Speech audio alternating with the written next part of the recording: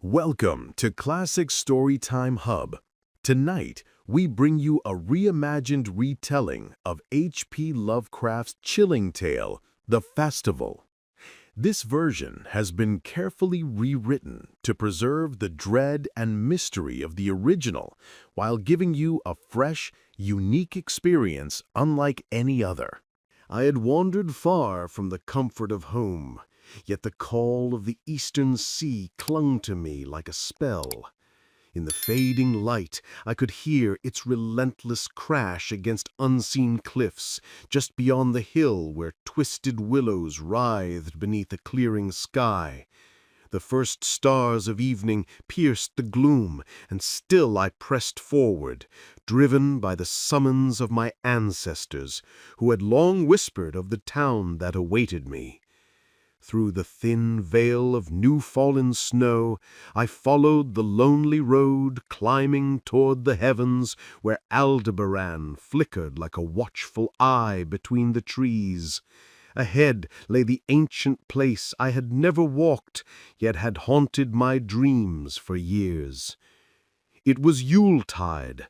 Men call it Christmas, though in truth it is older than Bethlehem, older than Babylon, even older than the memory of mankind itself.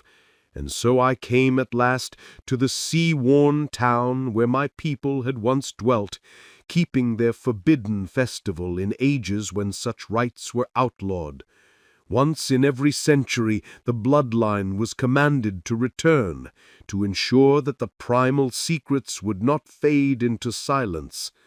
My kin were an old folk, ancient even when this land was first settled 3 centuries past. They had come from shadowed southern gardens, speaking a tongue not born of these coasts, and though they had long since scattered, they carried with them rituals no living soul could truly comprehend. That night I alone obeyed the call, for only the poor and the forsaken remember. At last the hill broke, and there before me lay Kingsport, spread frost-bound beneath the twilight. Snow-draped steeples and weathered vanes pierced the sky. Crooked chimneys and ridge-poles leaned over narrow, winding streets that twisted like a labyrinth of forgotten centuries. The town rose in chaotic tiers, colonial houses stacked at impossible angles, as though some careless child had scattered blocks across the hillside. From the windows, pale lights flickered one by one, joining Orion and the ancient stars above. And always, beneath it all, the sea thundered against the rotting wharves, the same eternal sea from which the people had first emerged in elder times. Beside the road, a higher summit loomed, barren and windswept. There a graveyard sprawled, its black stones jutting through the snow like the broken nails of some colossal corpse. The road was silent, untouched by any traveler, yet in the distance I thought I heard a faint, dreadful creak, like the swaying of a gibbet in the wind. 4 of my blood had been hanged for witchcraft in 1692, though I could not say upon which gallows their bodies had swung. As the road curved down toward the sea, I strained for the cheerful sounds of a village at dusk, but none came. The silence pressed in, and I reminded myself of the season. Perhaps these stern Puritan folk marked Christmas in their own way, not with laughter or song, but with hushed prayers whispered beside the hearth. So I no longer listened for merriment, nor searched for travelers. Instead, I pressed on past dimly glowing farmhouses and the long shadows of stone walls, until the signs of ancient shops and sea taverns creaked in the salt wind. Along the deserted lanes, grotesque iron knockers gleamed on pillared doorways, their light-curtained windows glowing faintly against the night. I had studied maps of this place and knew where my family's house should stand. The old tales promised I would be recognized, for memory lingers long in such towns. Eagerly, I hurried through Back Street, across Circle Court, and over the single stretch of flagstone pavement that cut through the snow. From there, Green Lane wound behind the market house, and I followed it, counting until I reached the seventh dwelling on the left. It was just as the maps foretold: a peaked roof, a jutting second story, its timbers older than 1650. Lights glowed within, and through the diamond-paned windows I saw that the house had been preserved in its antique state. The upper story leaned so far over the narrow lane that it nearly touched the house opposite, forming a tunnel of shadow. The stone doorstep lay bare of snow, though no footprints marked the street. Many houses here rose high above the ground, their doors reached by twin flights of iron-railed steps. The scene was strange to me, a newcomer to New England, and though it stirred my curiosity, I wished for signs of life: footsteps in the drifts, faces at the windows, curtains left undrawn. At last I raised the heavy iron knocker. A chill of dread had been gathering in me, born of my strange inheritance, the bleakness of the evening, and the unnatural silence of this ancient town. When the door creaked open without the sound of approaching steps, my fear deepened.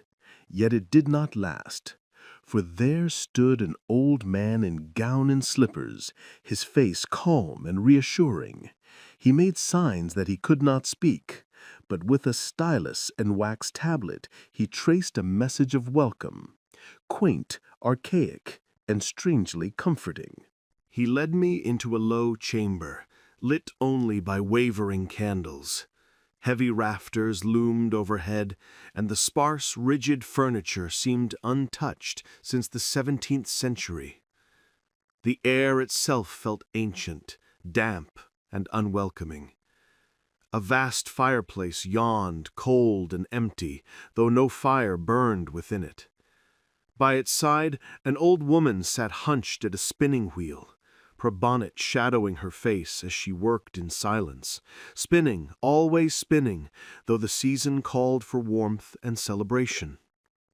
The high-backed settle faced a row of curtained windows, and for a moment I thought I saw figures seated there. Yet the longer I looked, the less certain I became. A chill crept over me. The old man's expression, so bland at first, now unsettled me more than any scowl could have. His eyes never shifted.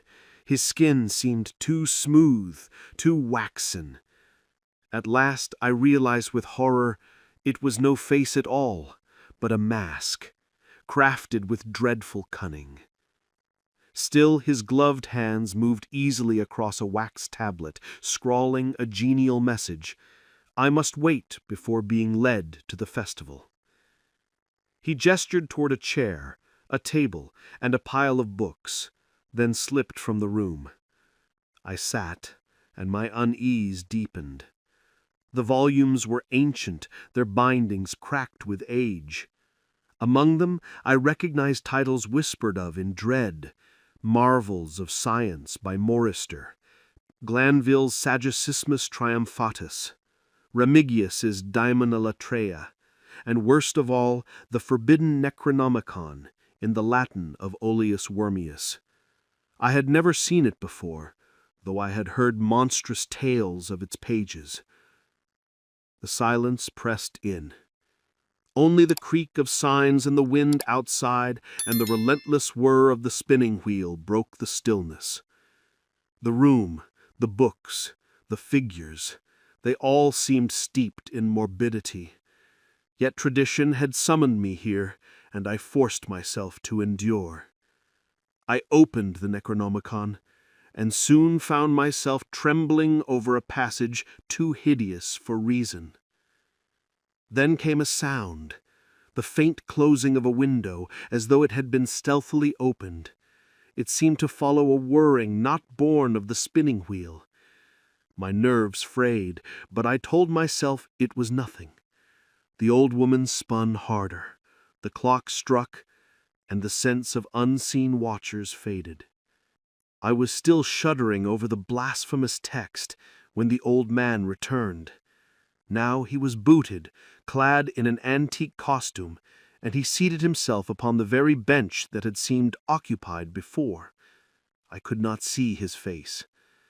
The waiting gnawed at me, and the book in my hands made it worse. At last the clock tolled 11.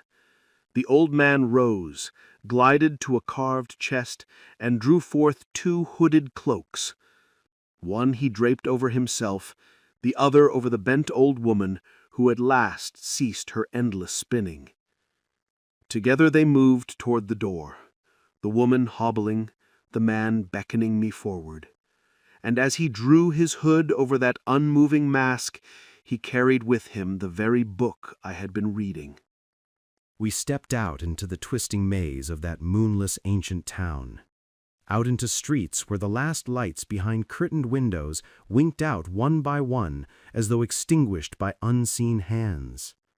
Overhead the dog star glared down, cold and mocking, upon the silent flood of hooded figures that seeped from every doorway. They moved in endless processions through crooked lanes, past sagging gables and creaking signs, beneath thatched roofs and diamond-paned windows that seemed to watch with blind eyes. Lanterns bobbed above the throng, their swaying glow forming drunken constellations across churchyards and open courts where crumbling houses leaned together like conspirators. I followed my mute guides, pressed on every side by bodies that felt disturbingly soft, disturbingly pliant. No face ever turned toward me, no voice ever broke the silence. The procession climbed higher and higher, winding through alleys that converged at the crest of the hill where a great white church loomed.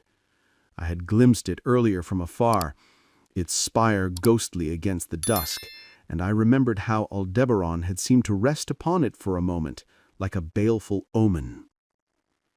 Around the church stretched a bleak open space, part graveyard, part square, where crooked tombstones jutted like broken teeth. Strange corpse lights flickered among them, casting no shadows, yet revealing vistas too dreadful to linger upon. Beyond the hill's edge, I could see the faint shimmer of starlight on the harbor, though the town itself had vanished into the dark. Now and then a lone lantern bobbed through the serpentine alleys, hurrying to join the mass that was already slipping, soundless, into the church's black maw. I lingered, determined to be the last.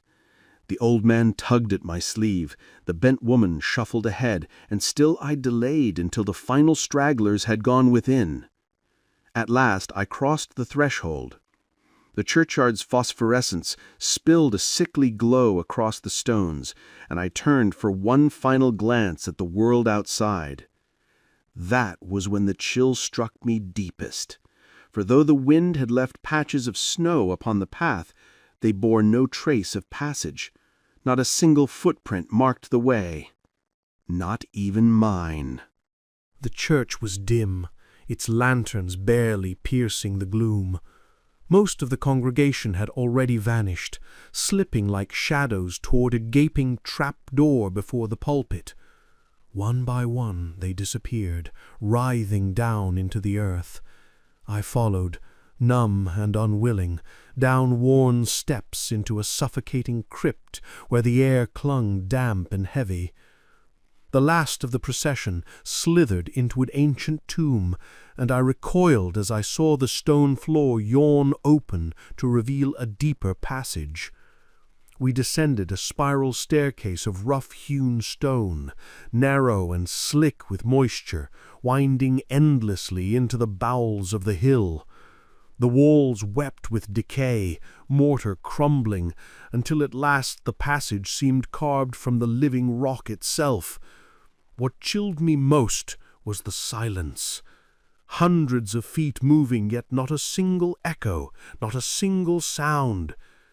As we sank deeper, side tunnels opened into the shaft, black mouths leading to unknown recesses. They multiplied, grotesque and endless, like the corridors of some obscene catacomb, A stench of rot thickened the air until it was nearly unbearable. I shuddered to think that beneath Kingsport, beneath its crooked streets and ancient roofs, lay this festering labyrinth of subterranean evil. Then, faintly, I saw it, a pale, shimmering glow ahead, and the sinister lapping of unseen waters. My skin crawled. I cursed the bloodline that had summoned me to this rite, this inheritance of horror. The passage widened, and with it came another sound, a thin, mocking whine, the breath of a feeble flute. And then the world opened. Before me stretched a vast, fungal shore, its grotesque landscape bathed in the sickly glare of a greenish flame that belched skyward from some infernal vent. A wide, oily river lapped at the shore, flowing from unimaginable abysses to merge with the black gulfs of a timeless ocean. It was a vision of a world beneath the world, immense, alien, and utterly profane. Reeling, half-conscious, I gazed upon that unhallowed abyss, a cavern of monstrous fungi, of leprous fire and stagnant waters. Before the blazing pillar of sickly flame, the cloaked congregation gathered in a vast semicircle. This was the Yule rite, older than mankind, destined to outlast him. The primal celebration of solstice and rebirth, of fire and evergreen, of light and music twisted into something unearthly. I watched as they bowed before the flame, casting handfuls of glistening vegetation into the black waters, offerings that shimmered green in the poisonous glow.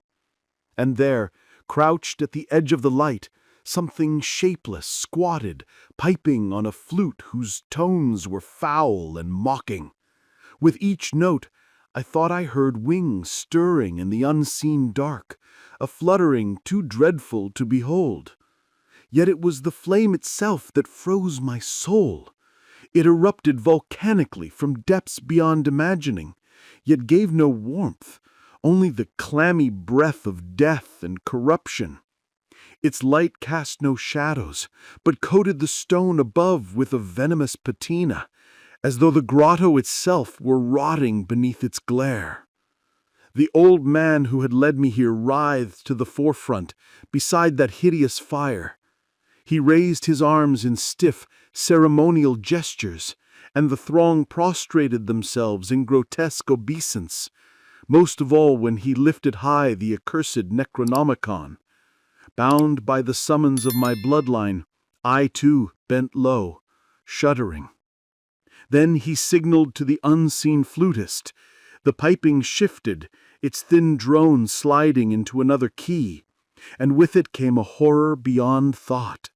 I nearly collapsed upon the slimy stone, seized by a dread not of this earth, nor of any world, but of the insane gulfs between the stars. From the blackness beyond the flame's gangrenous glow, from leagues of Tartarian void through which that oily river crept, they came, a horde of winged abominations, trained and tamed, yet unnameable. They were not birds, nor bats, nor insects, nor men, but some obscene amalgam of all, things no sane eye could fully grasp, nor sane mind remember. Limp and flapping they shuffled forward on webbed feet and membranous wings. One by one, the cowled celebrants mounted these horrors, riding them into the night. They flopped away along the river's black current, vanishing into caverns of nightmare where poison springs fed cataracts unseen by mortal eyes. The spinning woman had gone with the others, leaving only the old man beside me. He lingered because I had refused his silent command to mount one of the waiting beasts. The flute player had slithered into the shadows, but two of the creatures remained, patient and grotesque. When I faltered, the old man scratched words upon his tablet. He was the chosen deputy of my ancestors, the keeper of the Yule mysteries, and I had been summoned to witness the most secret rites. His hand was ancient, his script archaic, and when I still hesitated, he drew from his robe a seal ring and a watch, both marked with my family's crest. My blood froze, for I knew that watch had been buried with my forebear in 1698. Then he pulled back his hood, pointing to the resemblance in his face. But I recoiled, for I knew it was no face at all, only a waxen mask stretched over something unspeakable. The beast scratched restlessly at the lichenous stone, and the old man twitched with the same unease. When one of the things began to shuffle away, he lunged to stop it, and in that sudden motion the mask slipped from his head. I saw enough. With the staircase blocked and the nightmare closing in, I hurled myself into the black river that bubbled toward the sea. I plunged into that foul current, into the very juices of earth's corruption, preferring its icy embrace to the madness that my screams might summon from the gulfs below. They told me later I was found at dawn, half frozen, clinging to a drifting spar in Kingsport harbor. They said I had taken the wrong road, slipped at Orange Point, and fallen from the cliffs. They showed me footprints in the snow as proof, but nothing was right. Nothing. From the hospital window, I saw a city of roofs, most of them modern, only a few ancient. I heard the rattle of trolleys and the hum of motors in the streets below.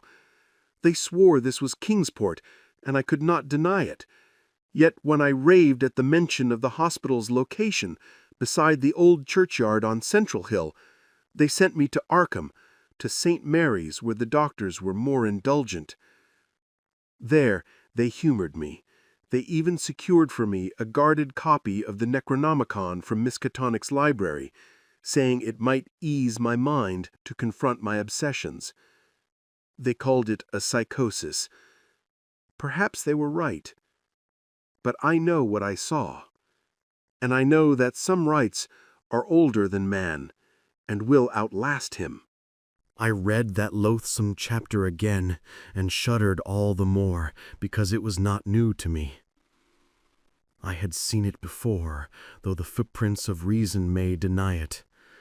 Where I had seen it is best left unspoken, for waking hours bring no reminder, yet my dreams are haunted by phrases too vile to repeat. Only one passage I dare render into English, wrested from its broken Latin. The deepest caverns are not meant for mortal eyes, for their wonders are strange and terrible.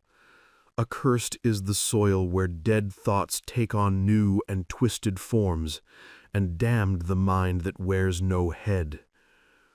Fortunate is the grave where no wizard has lain, and fortunate the town whose sorcerers are but ashes, for it is whispered that the soul of the devil's servant lingers in his rotting clay, feeding the worms that gnaw until corruption itself breeds life, and the scavengers of earth grow cunning and monstrous to plague the living. Secretly are great holes dug where the pores of earth should suffice, and things have learned to walk that should forever crawl. And thus the story ended. If you liked this journey into the worlds of classic literature, do not forget to support us by subscribing so we can tell you more. And hey, if there's a classic tale you'd love to hear told in this suspenseful style, drop its name in the comments below. Your suggestion might be our next chilling adventure.